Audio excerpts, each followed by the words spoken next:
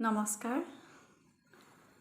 আপোনালোক সকলোলৈকে মই শ্ৰদ্ধা জনাই আজি মোৰ কবিতা এটি পাঠ কৰিবলৈ লৈ আহিছোঁ। মোৰ স্বৰচিত কবিতাটোৰ নাম হৈছে অৱকাশ। আশা কৰোঁ আপোনালোকে আদৰি ল'ব। অৱকাশেই নাথাকিল, উলটি যোৱাৰ উভতি চোৱাৰ, বহাগৰ সতেজতাই চুই যোৱা পৰশ, পুনৰ চোৱাৰ হেঁপাহ পুহি ৰখা মনত, সময়ে যে অৱকাশেই নিদিলে উলটি যোৱাৰ উভতি চোৱাৰ। জেঠৰ তাপত দগ্ধ হোৱা মনত, শাওনৰ বৰ্ষা সিক্ত স্পৰ্শই তিয়াই পেলোৱা পৰত, ঠন ধৰি গজি উঠে এহালিচা জহা ধানৰ সেউজী কোমল পৰশ।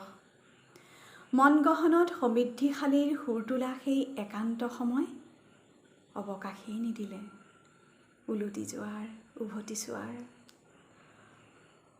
ৰিক্ত এটি মনত সিক্ত ভাৱনাই পুহাৰ পাতে, স্নিগ্ধ জোনাকত শেৱালিৰ সুবাসে ভৰাই ৰখাৰ পৰত, উলটি যোৱাৰ দুৰ্বাৰ হেঁপাহ হেঁপাহ হেঁপাহ হৈয়ে ৰ'ল। পানীঘড়ীৰ পলত উটি গ'ল এৰা, অৱকাশেই নাথাকিল উলটি যোৱাৰ উভতি চোৱাৰ। ফাগুনৰ ৰঙেৰে সজাই তোলা প্ৰতিটো পল মন্দাপোনৰ প্ৰতিবিম্বত উজলি উঠে ৰিঙা ৰিঙা এটি ক্ষণ। এজাৰেৰে বোলোৱা সোণাৰেৰে সজোৱা শূন্যতাৰ বাটত নিবিড় কথকতাই সাৰ পায়, তথাপিওতো নাথাকে অৱকাশ, এপলক উভতি যোৱাৰ উলটি চোৱাৰ।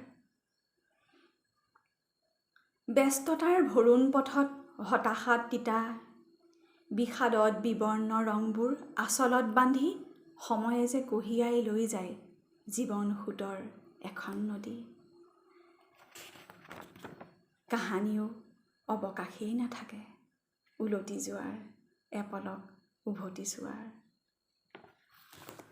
ধন্যবাদ।